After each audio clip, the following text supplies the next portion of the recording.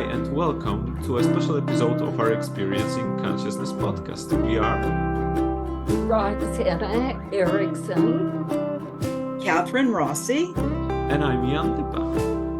We are so happy you are here.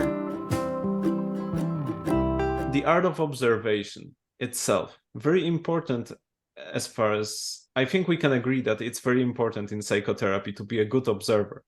So if a therapist comes to you that is totally inexperienced in the art of observation, that like he comes from an alien ship and doesn't know what to look for and how to do it, and you would have to teach them how to do it, what would be the process of teaching those people or those aliens how to observe and what to observe? I mean, how can I exercise that ability if I don't have it? What would be your recommendations?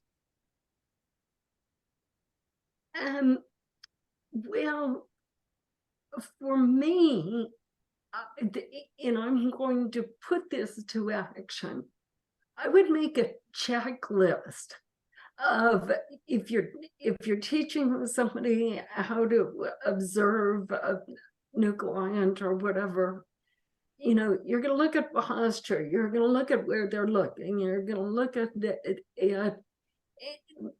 facial expression, you're going to look at the flow of the energy. Is it smooth? Is it fast? Is it slow? Is it interrupted, or is it even? So I would generate a checklist, and just to take that thought and move it over to action, I want to call attention to something that Catherine said, where you kind of downplayed the centrality of scent. And so we can use scent, observation of people's responses to scent as an example. Okay.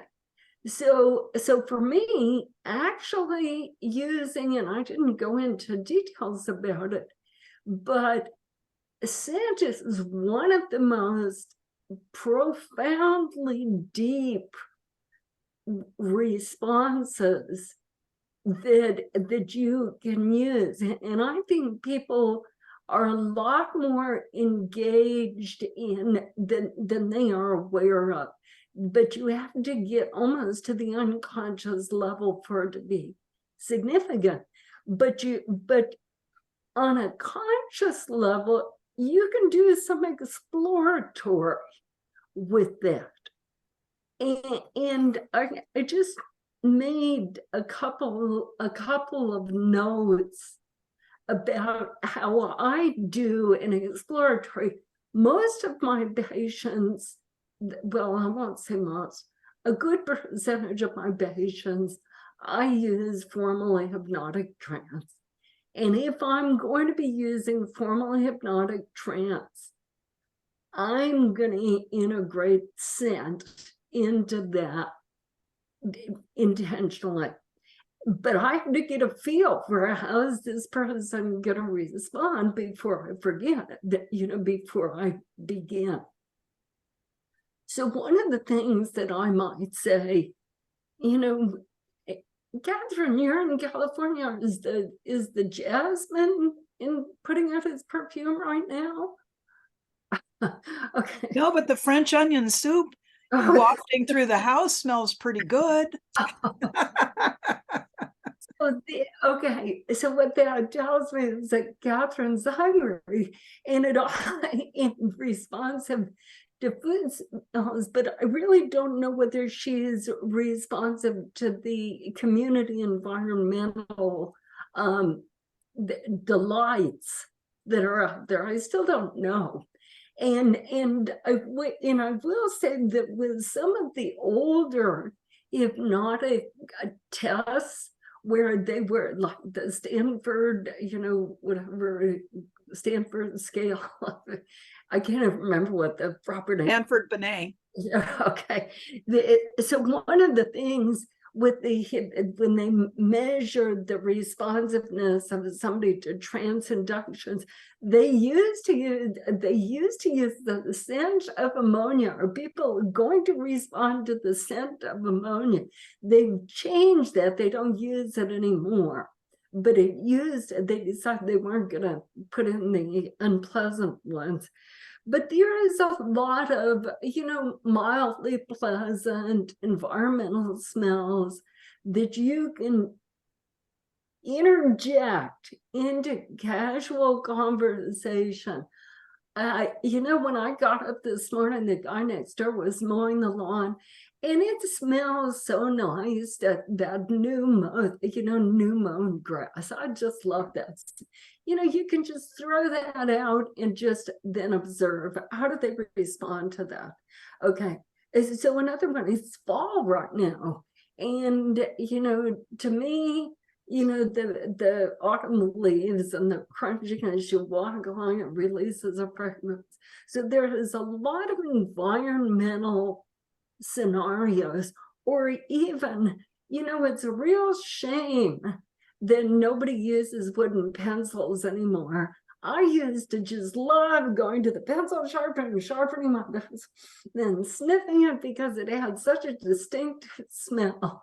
And, so you can interject those silly little inconsequential remarks into casual conversation that give you an opportunity to observe, is this person picking up? Are they carrying it the next step? And that's the most significant. Do they carry it the next step? Before I went to Reunion Island, I was told that the Indian Ocean is very, very different in odor than the Atlantic or Pacific. And I was like, so when I went there, I was like, all smells. And I can't say my life experience, the ocean is not a familiar scent to me. I have to admit, the desert is a more familiar scent. The ocean is not a familiar scent to me. But the ocean is a familiar scent to you, Catherine. And I'm really curious, did the Indian Ocean smell different to you? Yes, it did. Wow. Yes, it did. And, Reunion Island is a small French island, and it's about 500 miles from Madagascar. And so it's considered to be part of Africa. And so it's really in the like East Africa, the southern end, and yes, and the level of salt content is very different in the Indian Ocean, at least in that part of the Indian Ocean, than it is in the Pacific in California. In the Indian Ocean, you get out and your skin just feels good and soft. In the Pacific Ocean, you're brushing off the salt from your body. So it's very, very, very different in that respect. And I do appreciate that as you're talking about the sense of smell, Roxy, and because then that also gives me some things to add in observations, because smell is very important to me. And the way that I cook is according to smell first and sound second. And so sound is really when I know that something is done. And so it's a different sense, and we're not talking about the therapeutic sense. Many people, that it's the sense of smell. When it's a certain smell, it's done. But for me, it's actually there's a certain sound when things are finished, and that and the smell accompanies that. But I hadn't used much of this in the forms of psychotherapy. And partially, that's because, as I said, my primary tool is these formal trance states where I'm seeking to strategically take them deeper and deeper into a state of trance. And then I want to punctuate the suggestions or opportunities or exploratories, whatever it is that I'm thinking that I'm offering in a therapeutic session. And so scent is one of my tools for them. We can have another, podcast at some time and dive more deeply into that use, but I didn't want to let that slide by, unnoticed, because I think it's really important. That's, well, also, as you have described, it's important to have a forum. It's important to have colleagues, and that you share ideas, because this is how we grow. And certainly today is a prime example of how we grow. So Jan, you had asked the question, so how could you teach someone, teach a therapist about more with becoming better observational skills. So and Roxy is brilliant, creating checklists. I have a tendency to have the person tune into themselves. So like in the present moment, when you tune into your breath, for instance, what is that like for you in tuning into your breath? Just tuning in only to your breath and what your breath is doing right now. Is your inhale more comfortable, or is your exhale more comfortable?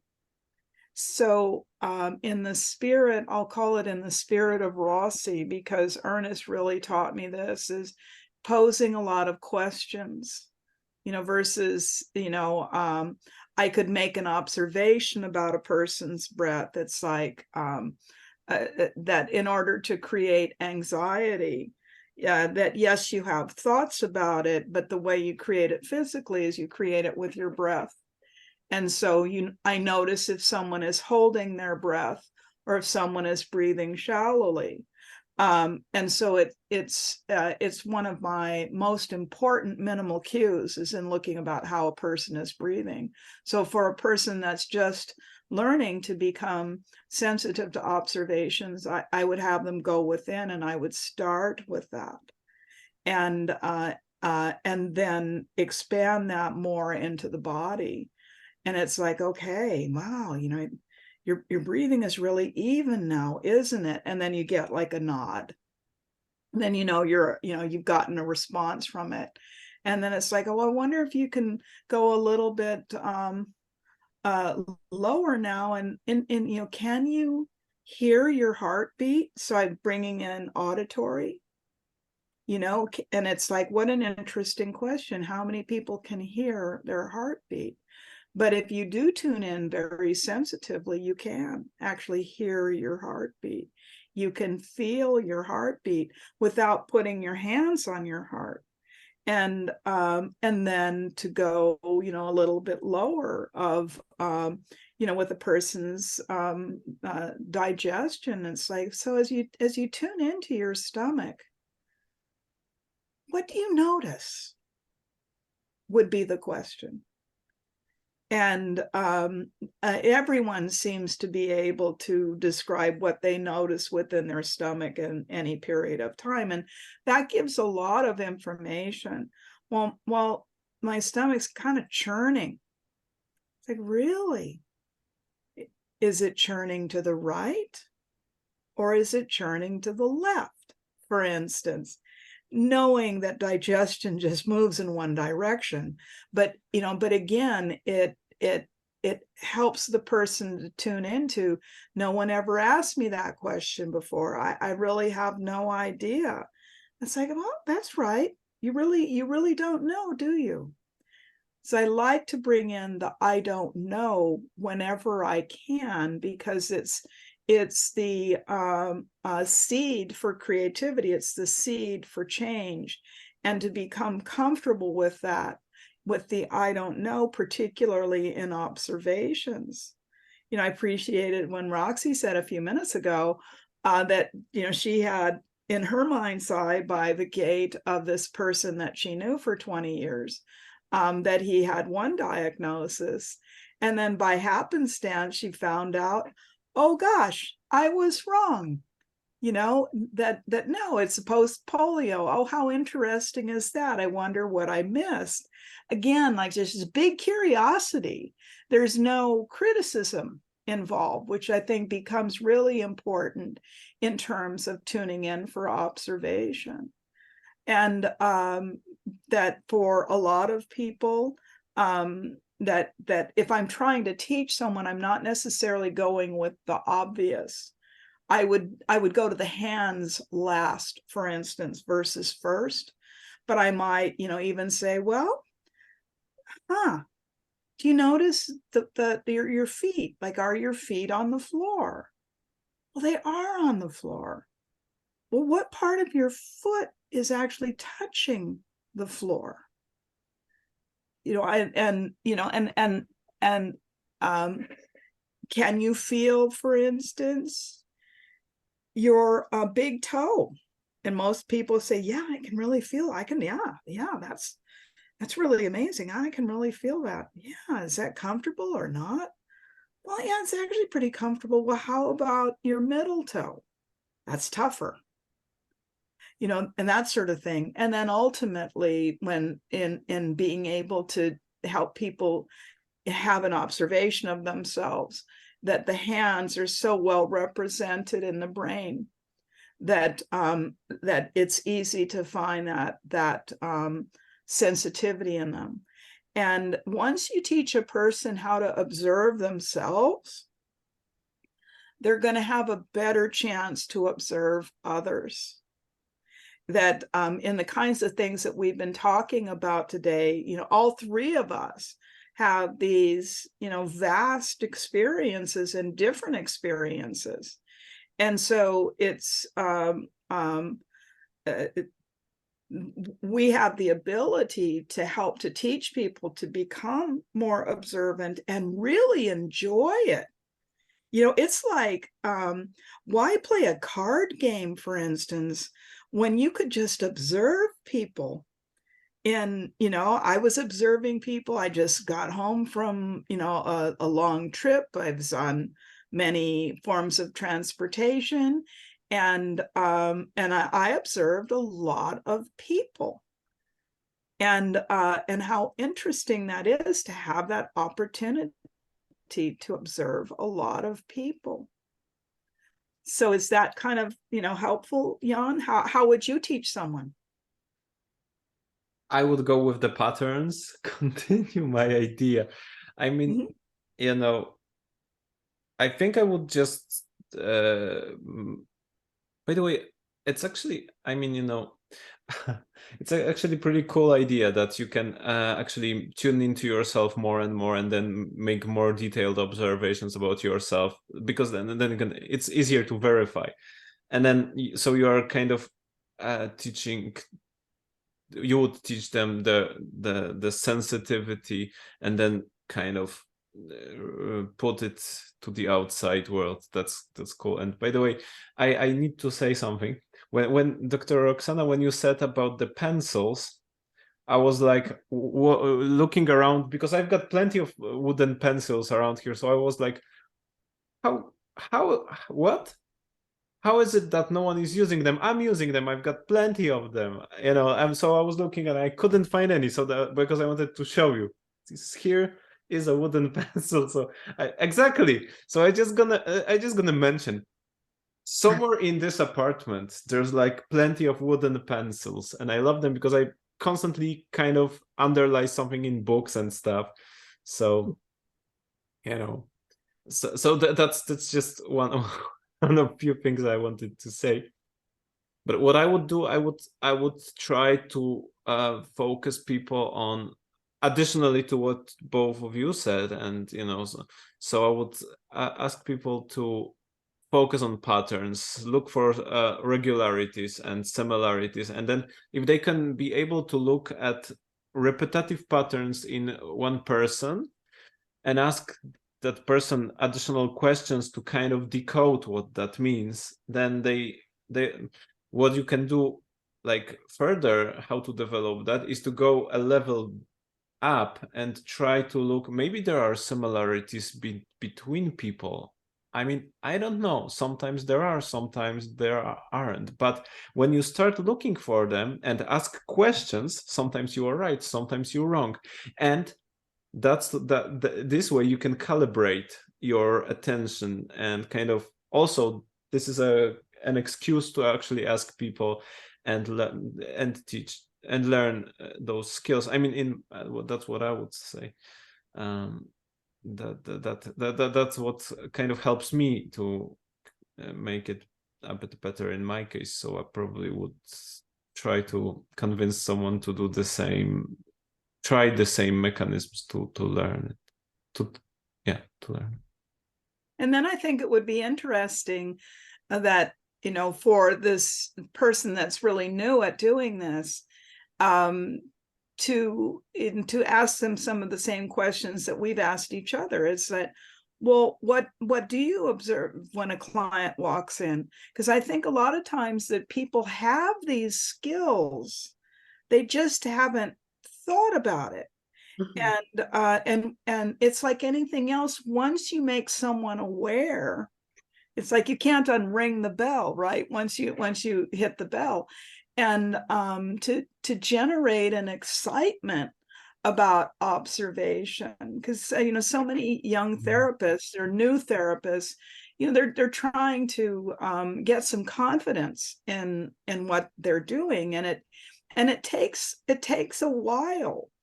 And, you know, and here we are, you know, seasoned therapists, and we're still growing every day. That I mean, Ernie and I used to say to each other every day, I'm in kindergarten, I'm here to learn. And and I feel like in this conversation today, wow, I have so much more to learn. I can hardly wait. And so what we're providing here is, in essence, a virtual collegial discussion where we're inviting the listeners, to those who are watching this podcast, to think about their own style and what can be learned from it, what can be changed. Yeah. What did we miss that they are doing? Yeah, and if you, all of you who are watching us, have some additional ideas how and what to teach and what to learn, you can always put that into the comments section on YouTube or Spotify or any other platform that is there available, right? And by the way, the 4-stage creative process, I think it's going to be the topic of the next session, right? Because it's another... I think so. It's a very broad topic, and... I think so. It's not something that we can just, you know, use as a summary of the discussion, so... Okay, so thank you very much for today's episode. It was an incredible journey, as usual. Even better every time. So thank you very much, and see you next time. Bye. This was another episode of our Experiencing Consciousness podcast. Thank you for being with us. Thank you, Jan. You're the best. Be well, be happy, celebrate life.